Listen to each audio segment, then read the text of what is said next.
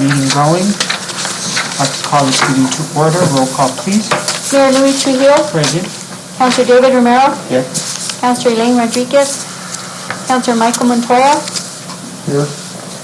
Councilor David Olivari Jr. Here. Thank you, Mr. Mayor. We do have a quorum. Pledge allegiance to the flag of the United States of America and to the republic for which it stands, one nation, under God, indivisible, with liberty and justice for all. It's so close to Thanksgiving. I'd just like to give thanks to all our city employees, the hardworking employees that we have. Thank you for all the work that you do and the calls that you answer for our constituents, and all the work that goes into taking care of the public. Just like to have a quick moment just to think about how grateful we are to have these young men and women working for the city of Las Vegas. Thank you. Mr. Mayor, I make a motion to approve the agenda as presented. There's a motion on the floor to approve the agenda. There's a second by Mr. Montoya. Roll call, please. Councilor Olivari Jr. Yes. Councilor Montoya. Yes. Councilor Romero. Yes. I have a motion by Councilor Romero, second by Councilor Montoya. Thank you, Mr. Mayor. Motion carries. Next order of business is public input. We have no public input today. Moving on to our presentations, not to exceed 10 to 15 minutes per person. We have our presentation by Maria Gilvery, Utilities Director. She's providing information on back-end angle parking around the plaza. I'd just like to, for just, if you don't mind, a second, Dr. Rodriguez is excused. She had a class and a teaching conflict at this time. Thank you. So she is excused. Thank you, Maria. Welcome. Thank you, Mr. Mayor. Good afternoon, Mayor and Council. I'm going to give a short presentation, a PowerPoint presentation, and at the end I'll have some videos, at least one video, maybe two, depending on the time, kind of showing a little bit about reverse angle parking.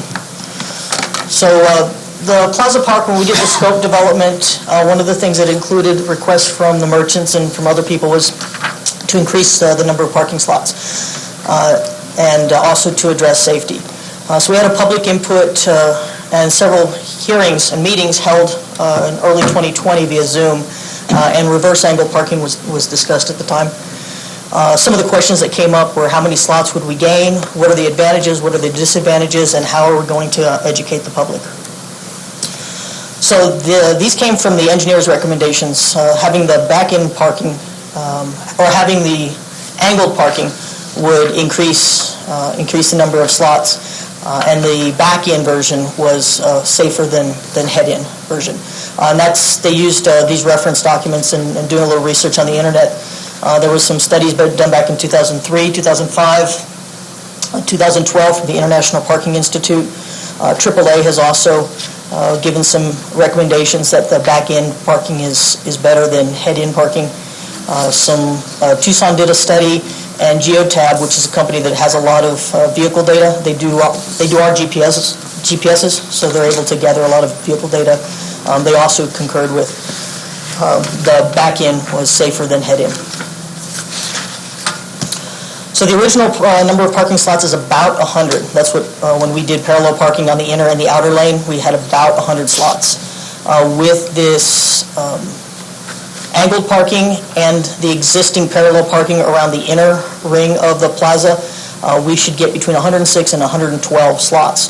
The difference, the reason why there's a range is we're looking at wanting to do 20-foot parking slots for some of the larger vehicles, but some of the distances between crosswalks and other obstacles may not allow for an equal number of 20-foot slots, so then we're looking at maybe 18 or 19 or in some cases maybe down to 16, so that we can make use of every foot between a crosswalk and another obstacle of some kind.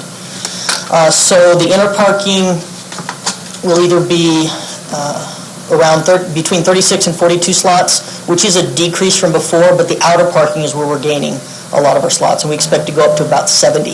So we're expected to go from 50 to 70 using the angle parking. So the advantages of the reverse angle parking, and this is coming from experience from over 30 communities. Better view, when you do the reverse in parking, first off, when you come to a stop, the vehicle behind you sees you clearly, so they stop. But when the big advantage in the view is when you're departing your parking slot. You can clearly see the oncoming traffic, oncoming bicycle, oncoming pedestrian, something coming towards you. You get a better view than when you're trying to back out, looking over your shoulder, or trying to look through a big Suburban sitting next to you with tinted windows, and you almost have to go 90% of the way out of the slot before you can see what's oncoming. The safety for children is also improved, because when you back in parking and you open the doors, the doors kind of block the kids from running towards the street and encourage them to head towards the sidewalk. Easy loading and unloading, and easier pullout. Some of the disadvantages from these communities has been the learning curve, getting people to understand the process for back-in parking, bumping into the curb when they go a little bit too far back, and then congestion from the vehicle that is held up by the driver in front of them who is stopping to be able to back into the parking. That's really no different than parallel parking. The guy in front of you is getting ready to parallel park. He has to stop to give them a little bit of room and a little bit of time to complete his evolution. So how to back in park? There's 3 steps to it. 1 is signaling, 2 is go past the parking slot that you're going to back into, and 3 is to basically start a parallel parking maneuver.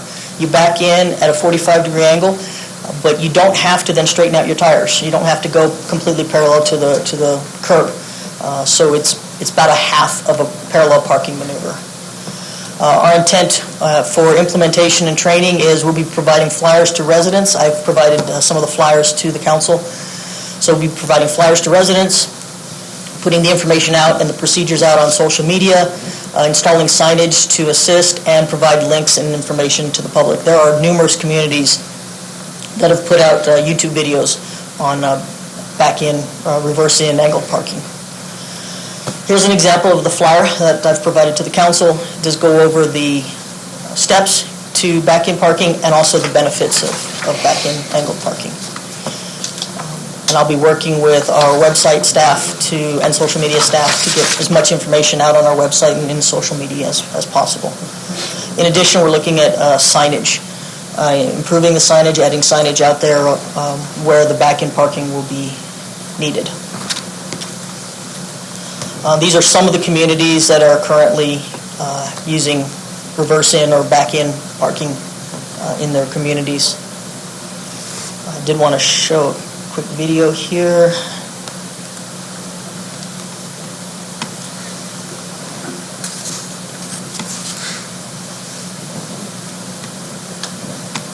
Type of angle parking that is becoming more common. It is called reverse angle parking or back-in angled parking. Reverse angle parking is great because it makes it much easier for drivers to see pedestrians, cyclists, and other vehicles on the road. It also allows drivers to use more eye contact and nonverbal communication cues. First, look for the back-in angled parking sign and find an open stall. Slow down and signal to let others know you're going to park. Approach the stall approximately 1 vehicle width from the parked vehicles. When your vehicle's back bumper is in line with the parked car ahead of your stall's driver's side rear bumper, stop and put your vehicle into reverse. Begin steering sharply to the left while slowly reversing towards the center of the stall. Remember to use your mirrors and shoulder check either side as you're turning into the stall, so you don't hit the vehicles beside you. Once your vehicle is centered in the stall, straighten your wheels and continue reversing until you're completely in the parking stall. Signal to the right, check for oncoming traffic, and slowly start to pull out of the parking stall. Once it's safe, turn the wheel and pull onto the roadway.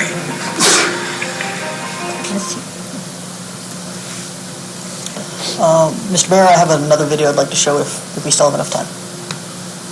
Sure. I believe this is the one from Austin, Texas. You'll often find angled parking in parking lots and on very wide streets in some communities. First, signal your intention to park and slow down. Sorry about that. 2 videos at one time. Backing into traffic on a busy road is something drivers face every day. Well, Austin is working to make parking safer. Here's how it works. Back and angle parking is one step easier than parallel parking. Simply signal the traffic behind, pull past the spaces as you would with parallel parking, and back in.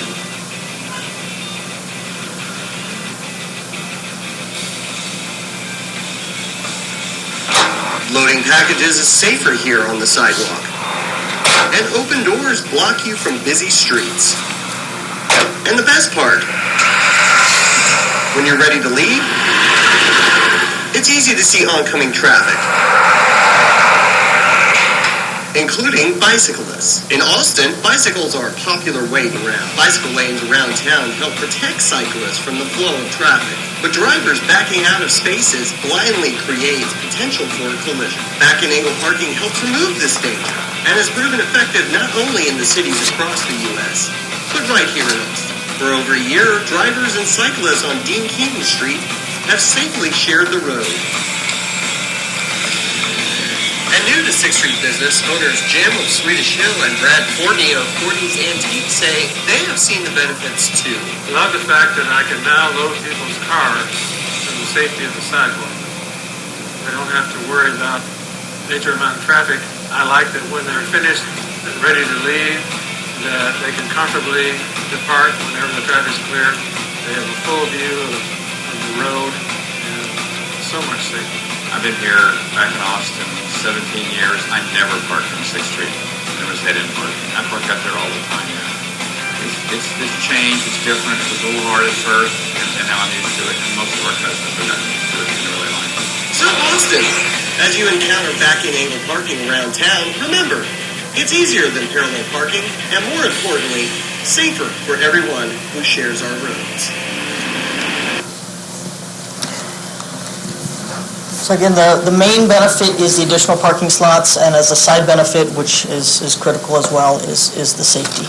I will be getting with Virginia and seeing if we can do a video specific to our community so we can get that out to the public as well. Any questions? Yes. Go ahead, Mr. Maria, how far, well, I've been kind of looking at that, but you're not going in front of the plaza, no? You're not putting any angle parking right in front of it?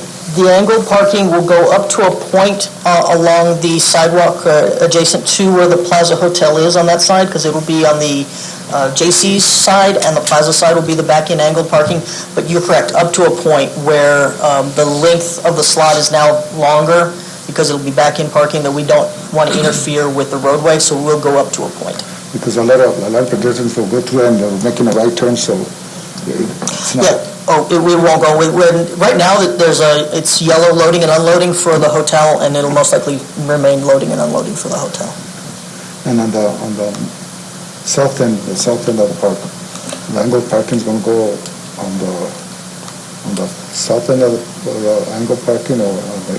It'll be on the north and the south, so on the Plaza side and on the JC's and the antique store side. Not on the west on the PD side, nor on the east on the West Las Vegas and Pharmacy side. Those will remain parallel parking. And nothing on the west side, like where the old antique store is not, that's going to... That'll remain parallel parking, yes, Council.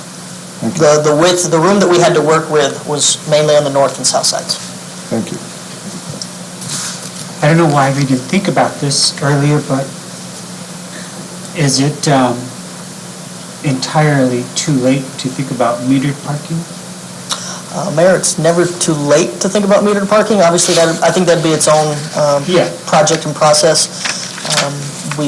To go through whatever we need to go through to do the research on metering these slots. Is it possible that we look at a proposal of doing metered parking around the plaza and on Bridge Street? Absolutely. And on Douglas? We can get public input and get businesses and cost estimates and... Okay. I think it would add another revenue stream to to the city. Possibly the money could be used for either streets or for street improvements or for police, maybe for police and fire. So we could have a study done, or, kind of probably start with an in-house study and local study and see how that would work, how we could implement it, the cost, and then the financial revenues. We could look at that. Yeah, that would be great, and if we could take a look at that relatively soon. It would be nice. When do you think we could have that? We'll communicate with the vendors that sell meters, and we'll see how fast we can get some quotes together. Let's look at the first part of January to get those, at least the quotes of how many we would need for those areas. Okay, and they have those nice parking kiosks too that cover several parkings. So it wouldn't be, we would need a meter for each one, but we'd need a kiosk to parking number 8 or 9 or whatever. We could look into that. Yes. Okay. That discussion has been ongoing for the Safeway parking lot to try to, because the pavement is continuing to deteriorate in that area, and obviously there's not a lot of funds to repair that, so we're wanting to maybe possibly have a small charge to park in that parking lot. That would be great. Okay, Mr. Montoya? Do those parking meters take credit cards? Yes. The new ones? Yes. Yes. I had a couple of questions, Maria. So on the video you showed a concrete curb, not on the curb by the sidewalk, but The parking. bumpers? Yeah, the bumpers. Yes. Those would be installed there too, or? Not at this time, they're not part of this project. Okay. And then, so I noticed that there around the plaza, especially on both those sides, the curb and the sidewalk is always a little bit higher than normal. So it wouldn't be messing up any mufflers if they back up too far? For normal height vehicles, there's still enough clearance. I've already backed up and had the rear end of my city vehicle go over the curb. If somebody has a vehicle that's purposely lowered. And I was going to ask, the original plans didn't call for this, I guess. The original plans did, and then we looked at going head in, and then the engineer gave us the information as to why they recommended the back end, which was the safety component. Okay. And you said this will increase parking by 10 spots? 20. 10 on each side? The outer ring goes from 50 to 70. But we do lose a little bit inside. So 20, we gain 20 on the outside. And that's including the crossings where you have the bumps out? Correct. Okay. And what's the width of each space? Is it good enough for a dually? I believe they're 9 feet wide. So a dually would be all right? It wouldn't be hard to open up a door? And that's, I think, one of the other benefits of having both options. There's parallel parking around the inner ring, and then the back-end angled parking around the outer ring. So if somebody does have a particular vehicle where they would prefer to parallel park, that option is still there. Okay. Now, the other two questions I have is for the chief of police. Do you have any objections to this plan, or is there a safety issue for you? I don't think there's any. I mean, as far as pulling out into traffic, I mean, at that angled position, I think it's a lot safer than having to wait for somebody who's parallel parking. Backing up seems to be a lot easier than parallel parking for everyone. So overall, it does seem a little safer for people to pull in a parking and pull out into the street. Okay. And my next question is to our interim fire chief. Do you have a pros or cons, or do you support this plan? Yes, sir. We've actually worked with Maria's office during this project. He's aware of the working of our trucks through as well with the fire. Okay. So it doesn't impact any fire trucks or anything like that, regardless. So around the plaza, you still have the regular parking, parallel parking around? Yes. It's just on the both north and south? North and south of the outer ring. Okay.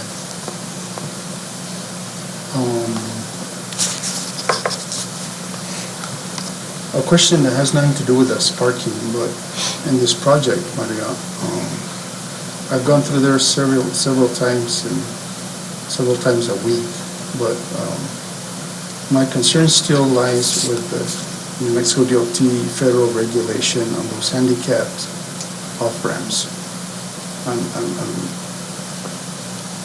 I'm pretty sure that down the road, we're going to be having an accident here or there.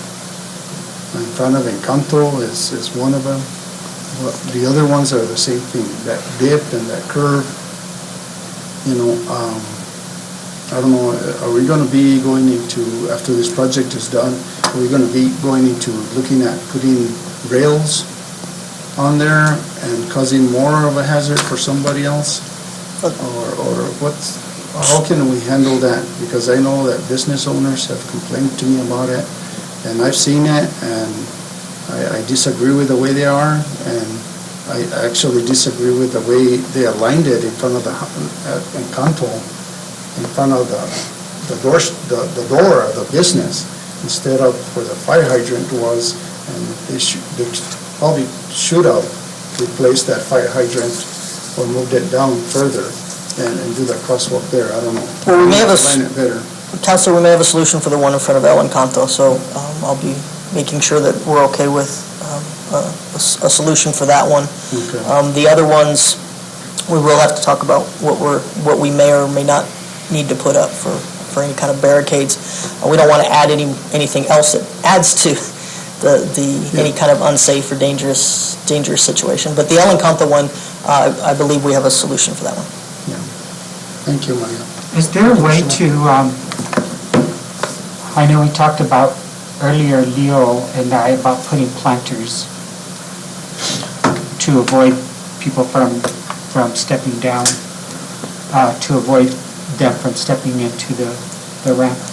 And the city manager has asked us to look into some options for that. That included the planters, and he's also produced some information on those planters. I think it was just a decision as to if that was the best solution or if there was any other solutions to not stop the flow of traffic, because some people are paying attention, and if we put barricades up, we don't want to stop or impact the flow of traffic.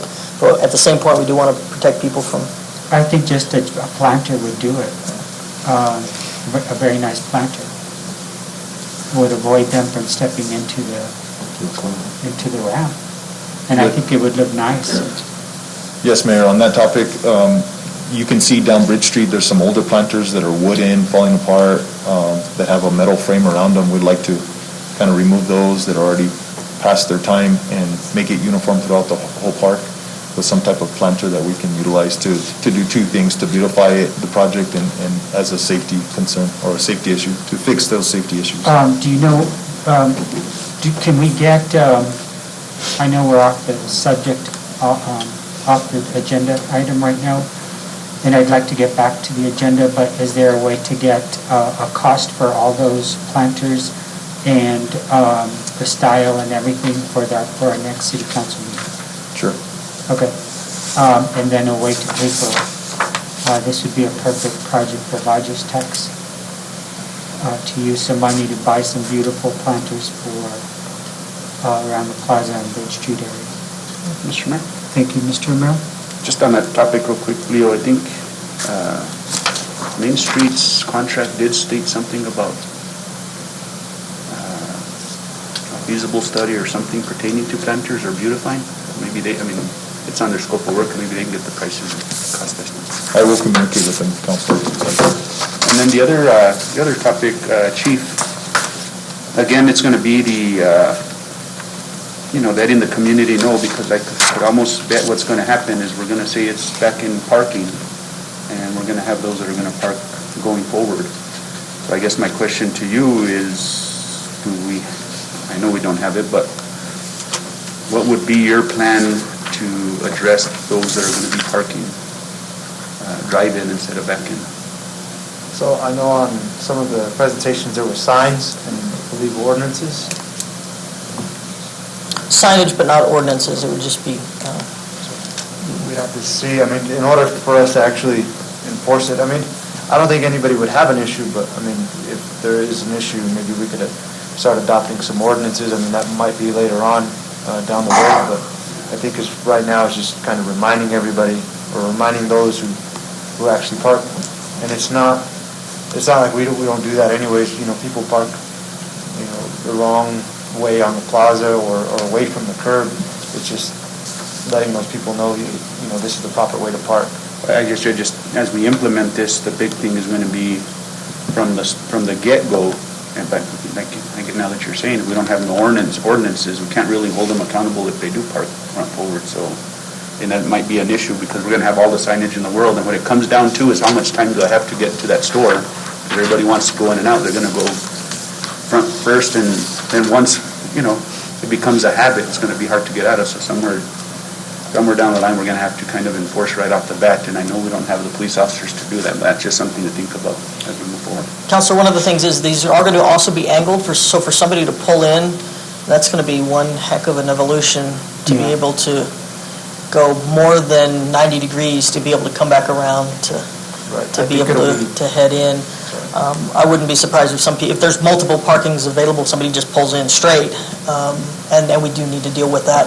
My plan was the first day we stripe, I was going to go put some city vehicles out there spaced apart to kind of get people to see how the parking would be. That would be a good project for CSAs too. And there are, if they start interfering with traffic as far as coming all the way around and making that wide U-turn, they're looking to fit into one space with two vehicles on one side. That's a violation in itself. They're impeding traffic by doing that and parking incorrectly. That's a violation with impeding traffic. So there are ways. I think it'll be more cumbersome for a vehicle to turn around to make that wide U-turn into that parking space. But I think we could, maybe eventually later on down the road, we can start adopting some ordinances. But I think for right now, it's kind of trial by error. Just keep everybody reminded on. Yeah, just the importance of starting it off. On this page that, did you guys get this reverse angle parking thing? Mm-hmm. There's a little sandwich board style sign that just says back in parking only. It's not a permanent sign. I don't want to put permanent signs around the plaza, but if you had some temporary ones like that for the first 6 months or so that you could put up, that might be helpful. And then last question, Maria. So the striping is going to be part of this project that we... Yes, Council. All right. Once everything is paved, the striper will come in. I think it's JR Striping. They'll come in and they'll do everything at one time. So. Thank you, Mr. Mayor. Mr. Matar? Yeah, Maria, so are you looking at other areas like on 6th Street of doing something like this in the future? I haven't gotten past just the plaza right now. Or on Railroad Avenue, when we let that project go out, is that going to be the same? That could be a consideration. There are a couple of communities that I've been doing the research on that did take some of their main streets and turn them into angled parking. Back in angled parking, the direction of the traffic flow. So in this case, this is a one-way road at that plaza, but if it's two-way, such as Railroad, then one side would have back in angled parking one direction and the other direction. That does tend to lead to what Councilor Romero was saying, where somebody dives across the road to the other side so that they can do head-in parking. Plenty of room there on that road, on Lincoln, to do that. All right. It will add a lot more spaces. It can almost double, at least 60% increase. And our business community, how did they respond to this? They asked a lot of questions. They are concerned that people won't know how to back in park, but they do appreciate the additional parking slots. Thank you, Mr. Mayor. Thank you. Thank you, Maria. Appreciate it. Next order of business. Moving on to business items. First item, request to award request for bids number 2022-16 for the construction, reconstruction, pavement rehabilitation, drainage improvements, and miscellaneous construction to Romero and Salazar Streets, to Pacheco Construction. We have our Utilities Director, Maria Gilvery, and we have our Public Works Manager, Danny Goodman. Mr. Mayor. Welcome, Malcolm, Danny. Mr. Mayor, can I talk about a little bit about this? Sure. Maria and Daniel, this has been going on, trying to put these streets together for the past, I've been a city councilman for the past 6 years, and since I came in as a councilman, that was my goals. We've been living there for a lot of years, over a decade. I'm happy, I'm really happy that it's finally coming to a close. Our neighbors around me, even my family, it's something really that I really wanted to accomplish as a councilman. I want to thank the DOT, the governor, Daniel, you guys, everybody that was involved doing this, and I'll tell you one thing, I'm so happy that we can get this done. Well, thank you, Councilor. Danny's the one who gets all the credit for this one. He's done put a lot of work and effort into getting the funding to do a lot of that work off of West National, going all the way up to King Street. In this particular project, it's planned for Romero Salazar, but there is more funding than road work to do on Romero Salazar. So when we put this bid out, it was Romero Salazar plus an ad alternate for West National. And all of it came in within close to the budget. I believe there's about $18,000 that the city will need to cover for. I just want to thank you guys. Daniel, thank you for since I started, I've been talking to Daniel when it's coming, when are we going to do it? So I did go lobby. I talked to Senator Pete Campos and some other people up at the governor's office, and I pushed this a lot because I say I've been there my whole life. So I just want to thank the city and all the employees everywhere there. Thank you. Thank you, Councilor. Sure. So we did have two bidders, or two proposers, Pacheco and Hayes. Pacheco did come in with the lower bid. The engineer did Mullen Corbin is the engineer on this, and they did review all the documents and did concur and recommend awarding to Pacheco. They do have all their licenses. The project, we did discuss with them how quick they can get started. There is a process where they have to get their actual bid bonds and actual insurance, and we have to do the contracts. We might be able to have those done as quickly as next week. So they're prepared already, if awarded tonight, to move forward rapidly on the paperwork side so they can get started on the construction side. Mr. Romero? So Maria, just for the record, this funding came from where? It was a DOT, right? It's legislative funding. It's Legislative? yeah. And the other question that I had pertaining to Molson Corbin, out of this project specifically, how much do they tend to make from this project? So the total cost of the engineering was $146. That's planning, design, construction management. 140 something? Yeah, $146. That's just for this one project, right? Yes. All right, thank you. Mr. Mayor. Mr. Montreal?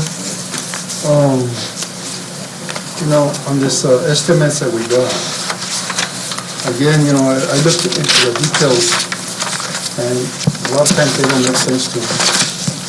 Because is this Pacheco company have their own asphalt plant? No, they'll be getting the asphalt from Santa Fe. From Santa Fe? Yes. And they're from Tucumcari? They're from, Tucumcari. Because if you figure out that the packing material, our engineers estimated it at $11,000. Pacheco is going to supply it for $4,000. And the second bidder had it at $30,000. Which those numbers don't make no sense at all to me. Other numbers are, and I know, again, we can't change this, it's a bid, it is what it is, but how can they fluctuate so much? I don't get it at all. Councilor, Unless they have their own company that they supply the material on their own. I think they're getting theirs from, what did you say, They're going to be getting the asphalt from the asphalt company, and the tack coat, I don't know where they would actually get their tack from. But the other thing Whoever would, their supplier is. the other thing would be if the contractor chooses to mark it up, one contractor chooses to mark it up and put their profits in any one of these line items. Yeah, and if you look at the prime code itself, you're looking at the engineering estimate is $13,750. And Pacheco's is at $3,750, which is like. And I believe they were asked, because we thought some of the prices were low, and they came back and said, no, they can get it for these prices. So they will be held to it. And the other company is at $37,500. They were asked and they confirmed. That's a heck of a big gap between 37,000 and 3,700. It's like, where are we getting this material from? It will still be required to meet specs. There are specifications, so, and the contractor is required to meet the price that we actually did think maybe they misbid and misquoted and that they would pull their bid, and they were asked and they said, no, they're comfortable with their numbers.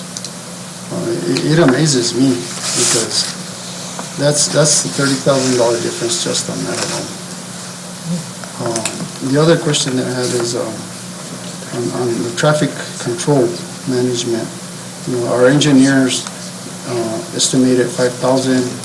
One of them was the bidder was awarded, that will probably be awarded is $2,500, and the other one is $500, which is $500. How can you do traffic control for $500? I see $3,000 for traffic control management. 3,000 on. So you're just talking about the National Avenue smaller section? Yeah. Okay, so that would be 500 and 2,500 versus 5,000 that the engineer put on there. So for the National Avenue engineer estimated 5,000, Pacheco came in at 2,500, and Hayes came in at $500. Yeah. Traffic control management would depend on who has the signs Yeah. and who's doing the traffic control, if they're going to sub that out or do that in-house. I'm just wondering if our engineer is where do they get their numbers from? Do they have like a general list all across the state, or do they really go out and look what's out there in the north versus what's down south, or where do they get their estimates from? Mr. Urban? The way I understand in construction and also in this, there's basically accounting softwares or estimate softwares, and basically a lot of that is kind of depending on what they put in. Then some of these additional fees are automatically depending on their percentage. I've kind of seen them where, let's say, labor's a certain thing, and then their fees are adjusted like a percentage of what the cost is. So some of them work off of that. I mean, there's kind of how they. And I think that the area it's not very congested with vehicles. It's really quiet. Maybe because we have people that live out there, residents live out there, but it's not gonna be a very hard construction. People that they go in there and they do something because it's not much traffic. So it could be estimated. We still have to have some. So it could be estimated based on a software program, as the counselor said, and then if an engineer or a contractor comes back and says that just doesn't seem right, and they choose to lower their number for whatever reason because of, they don't expect to have to put much traffic control out there. And there is companies that actually call and ask what the bids were, and they compile all the information and they go off that, so that's basically what they use. Because the whole DOT state of New Mexico gets their oils, their tacking oils from Albuquerque. And that's the only source in New Mexico. So I don't understand how come one company can get it for $3,700 and one for $37,000. I don't know. It's kind of dumbs me how that works. But the last question that I had was on Pacheco Construction and Trucking Incorporation. We don't have that information of them. The contact numbers or who's responsible for the company. Our copies are blank. So I did notice that the original we got was pretty faded, so we went ahead, and it is a list that was in the bid of who is allowed to sign for documents. There's no signatures on it, Council, but it is who is allowed to sign for it. And I can provide a clearer copy to the council if they'd like. There's no signature signed on it? No. The intent was, it's who's authorized to sign from here on out once it's awarded. So these are the names of the superintendent, the EEO officer, the payroll, so that we know who we'd be dealing with. So those are required for the bid? It is not a requirement for the bid. It is not part of what our procurement officer verifies. It is good information to have. We usually get this at the bid opening, or not the bid opening, the pre-construction meeting. We'll sit down and get everybody's contact information. They just provided it early for us. It'd be good for us to know who we're bidding out, who the bidders are and where they're from and who's responsible. That is information. That is required on the original bid. It is required at least to let us know who the company is. Yes. But who's allowed to sign for stuff, that a lot of times we do that later at the pre-construction meeting. But I can provide you a clearer copy of that list of names. Thank you, Mr. Mayor. What's the pleasure of the council? Mr. Mayor, Mr. Ulibarri? to award the request of the bids RFB 2022-16. There's a motion on the floor by Councilman Ulibarri. Second, I'll Mr. Mayor. accept a second. Second by Mr. Montoya. Roll call, please. Councilor Romero? Yes. Councilor Olivari Jr.? Yes. Councilor Montoya? Yes. We have a motion by Councilor Olivari Jr., a second by Councilor Montoya. Thank you, Mr. Mayor. Motion carried. Mr. Mayor, Mr. Ulibarri? thank you. Mr. Mayor, thank you. Councilman Romero, Montoya. Going with this. And, Mr. It's a big, big thing for that neighborhood. Thank you. Absolutely. Mr. Montoya? Yeah, I have a question for the city manager. Continuing that project on West National, are we looking into putting that out for bid? We may possibly have to put it out for bid, yes, sir. We're still looking into what can be utilized out of CES contract with some of the vendors that we've asked for quotes on that project. So we'll have an update for you in the next week or so. Okay, because that would really be nice to tie in the Plaza area all the way to Mexico Avenue and to Romero Street and those areas, since we're already doing all that area as well. Thank you, Mr. Mayor. Thank you. Next order of business, please. Item 2, request approval of lodgers tax funding in the amount of $55,000 for purchase of a synthetic ice skating rink to utilize as a marketing strategy to attract tourists to the city of Las Vegas. We have our city manager, Mr. Leo Maestas. Mayor and council, through discussions with a lot of the community merchants and with the council members in there, we've looked at different options of how we can bring up our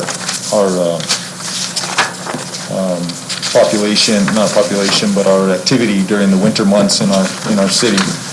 How we can target more people to come in and do shopping and lodging and dining in our city during the winter months. So we wanted to make some type of destination. So one of the ideas that came up was purchasing a ice skating rink that we can market to the Denver market, anybody outside of our 60-mile radius to bring these people in, citizens in to do shopping and stay the night in our city. So this is a quote here that we got from a vendor to purchase a rink. It's a half-inch rink, is the thickness of a synthetic surface. It's 60 by 40. You can put between 45 and 50 people on the rink at any given time. The purchase, this rink will last 12 to 15 years with proper maintenance. It does have dual surface, so the panels are actually, they link together. The top surface and the bottom surface are both skatable. So that's why it has a 12 to 15 year lifespan on it. So we wanted to bring this to the council to utilize some lodgers tax funds. Also, in this, there's a rendering that I kind of dropped off with you folks. It's a marketing that we'd like to use to target citizens to come into Las Vegas. There's some other stuff that we still need to add to this.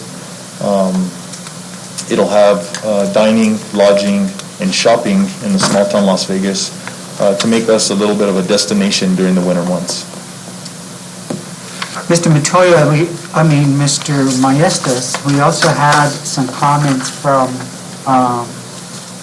area here about maybe considering corporate sponsorship, but we also thought about making it sort of an entertainment venue with the possibility of putting up a stage or a pavilion of some sort, so that in the event that we have a band during the summer or a street dance or something, I know that money for this is just paying for the structure itself, but I think in consideration when we're looking at setting it up, I think that we need to be cognizant of space and how to utilize the space the best that we can, to include maybe even a pavilion with a little amphitheater or something, or a stage, or some place for people to break dance or dance a ranchera, So we thought about that too. There will be a concession area. There'll be a place to rent the skates. And some of the merchants that I've talked to were interested in possibly, Mr. Romero spoke to a couple of merchants yesterday about the possibility of pulling some food trucks for that area as well. So we want to make that sort of a big entertainment venue for the community, and not just ice skating, but we might add a bandstand and a dance floor or something, of that nature. So while we're thinking about setting this up, remain cognizant of the space. Yes, sir. Yeah. And thank you for your work on this, Mr. Maestas. Are there any questions, discussions? What's the pleasure of the council? Mr. Matar. I'd just like to throw out a few comments also. We need to be cognizant of having our Halloween trick trunk. Next year, we can have some areas there too for that at the same time. How soon would this be installed? So if we get the go-ahead to purchase it, I believe we can have it here by the middle of December. And again, it'll be our property, so we can have it up as long as we like. We're also looking at renting a tent, first off, to cover it. It doesn't need to be covered. It's fine with the weather, the snow, the rain. It does fine. But it'll help us with having to maintenance it, less maintenance if we're, protecting it. Yes, sir. So we're looking at renting a tent for this season, and we can do that for a month. If we want to move it to 60 days, we can always do that. And this company would install it? So it's actually something that we can do. They'll give us all the training on how to install it. It's very user-friendly, they said. It comes with a fencing that comes around it, sort of like a bumper rail, so to speak, for those users that are not are beginners at skating. And it does come with 75 rental skates. We tell them what sizes we want, and they send all that with a sharpener for the skates as well. Okay. Now, what about the lighting? So we'll look at doing some of our own lighting with other monies. Okay. The same thing with the tent and the marketing. Well, I'll tell you, I grew up at the ice skating pond because that's where I met my wife. She was a really good ice skater, and in those days, all the people from Montezuma were good ice skaters because that's where they lived, in the ice skating pond. But I think this is something good for the community, something good for our youth, and I think most people in this community want more activities for the youth, and this is something that that's not basketball or sports that kind. It's more of a on your own sport, which is a really nice thing for young kids, and these kids can start at a very young age. But I think that this is a win-win plus situation. I mean, 20 years ago, we could have done the Safeway building, the old Safeway building that you could see daylight from the inside. And nothing's ever done with that area other than, have outdoor events. But, I'm in support of this, Mr. Mayor. Amen. Mr. Romero? Go ahead. I just kind of wanted to add, I know Leo got some other quotes and bids, but going with this one, there was a company that, if I remember correctly, to rent it for 40 days was 40,000 or close to that? For 38,000. Yes, sir. 38,000. So, for us to purchase it, this can also be used. Of course, what the intent is here is, in conversations that we've had, is we want to have a winter destination for Las Vegas. People will disagree with me, but not too many people come just to come shopping downtown. We need to have something for them to do, and then, they'll ice skate for a couple hours and, go and eat or go downtown and shop. Or, one of the other things that we've kind of discussed is maybe having some type of like outdoor music during this time, get people to, have some type of music thing, and, hopefully people, stay the night, after one of these events. So there's a lot of things that can happen. I think it's it is something that will be a benefit to both. I think it's going to bring people here and for our locals both. But, the ultimate plan is to get people here from out of town. Long-term, I know we've discussed, doing kind of our own version of, River of the Lights and stuff like that, but the infrastructure and all that isn't ready. But this is one step that I think that we get this. The good thing about this specific skating rink is that panels can be added. So if we figure, see that, well, it's not big enough, we need to go bigger, all we have to do is purchase the additional panels and then expand it. So it's not like, well, we spend it, now we have to go for a bigger one. So they're interlocking panels that, if we want to add bigger to one side or another, we can do that. So it's something that, it's a start. It's a start that I think it's going to be something positive. Everybody that I've spoken to, the chamber, some individuals of Main Street, everybody's all in favor of it. So I think it's something positive, something good. Mr. Mayor, just for the viewers out in our public, this has to be said because it's not an east or west thing. This is the appropriate location for it. We looked at other locations ourselves, and this is what we landed up with. So this is something for our community of all ages, something that will hopefully our tourists will enjoy at the same time. So I'll leave it at that, Mr. Mayor. Mr. Mayor, Just one more. Mr. Ulibarri, go ahead. it's another great day for our kids, for our community. Thank you, Leo. Councilman, whoever was involved, thank you for, we've been talking about this for the past 40 years, maybe. And back 20 years ago, they would say, hey, maybe the city will do something, maybe this, maybe that. But we finally made it a day that it's for our children, it's for our community, it's for anyone that wants to come in there and ice skate. And the kids from this little small town, that's, I say back in the 70s, 80s, we all went to Montezuma and did that, so we were brought up that way.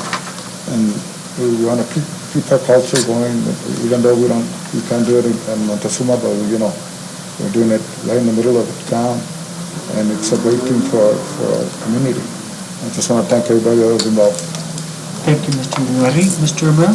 Just one last comment. So as far as lighting and stuff like that, that would have to be passed through you, Chief Spen, or how would we ensure that it's all safe for everything that we do, or? The tent or just the size table? Or I guess both. I mean, because this kit, like the fencing, all that, it already has. I mean, they're already so all that should be good. It all should be good, and then we rent the tent from a company. They should actually provide emergency lighting, we have to sign and all that. The only thing that'll change if we add a tent is it has to be 20 feet away from any lot line, vehicle, or building. That's the other tent on it.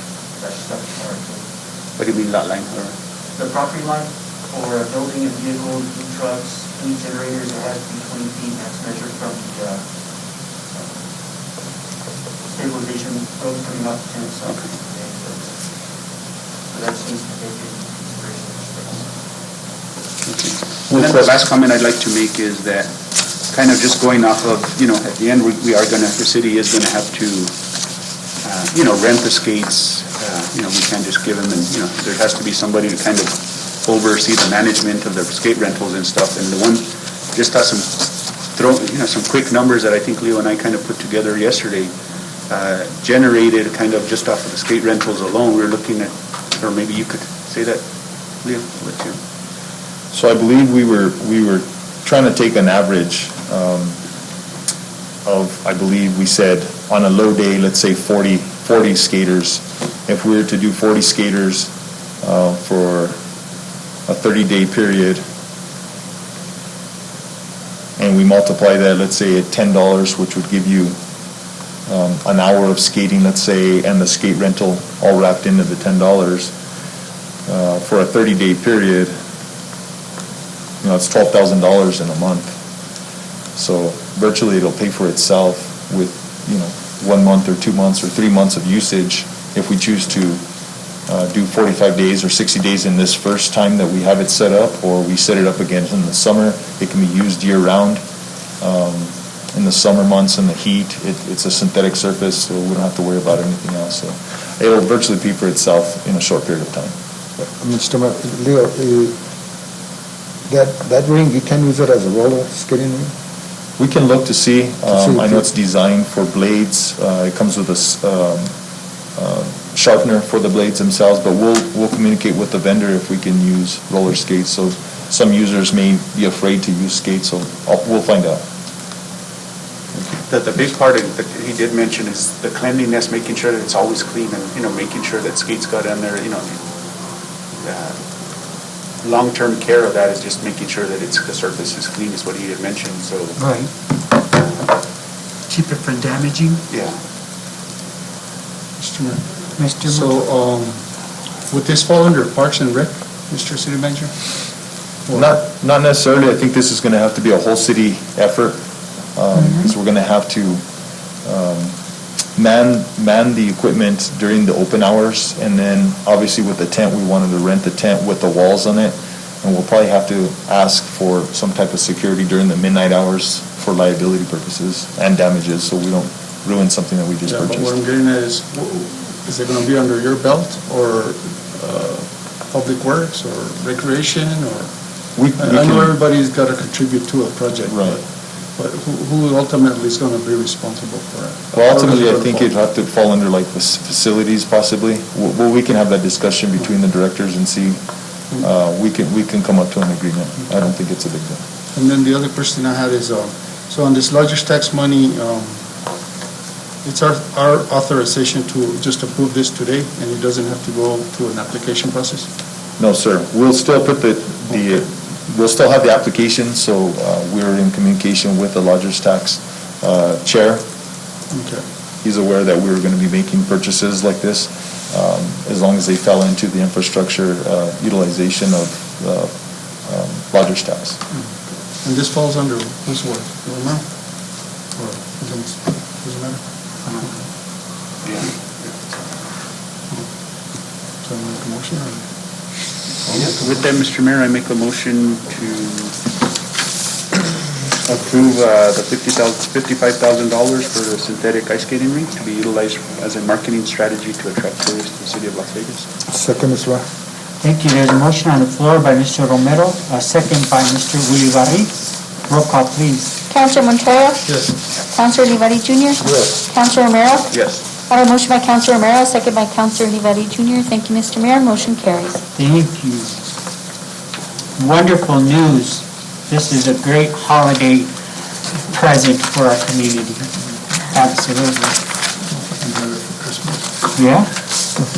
You can have it for Christmas and New Year's, all the way through Valentine's Day. Have a sweetheart dance out there. And Mr. and Mrs. Montoya can renew their vows on the ice. You don't have to go to Montezuma. I'll entertain a motion to adjourn or for executive session. Motion to adjourn, Mr. There's a motion on the floor to adjourn by Mr. Romero. I'll entertain a second. Second by Mr. Ulibarri. Roll call, please. Councilor Montoya? Yes. Councilor Romero? Yes. Councilor Olivari Jr.? Yes. I have a motion by Councilor Romero, second by Councilor Olivari Jr. Thank you, Mr. Mayor. Motion carries. Thank you, Cassandra.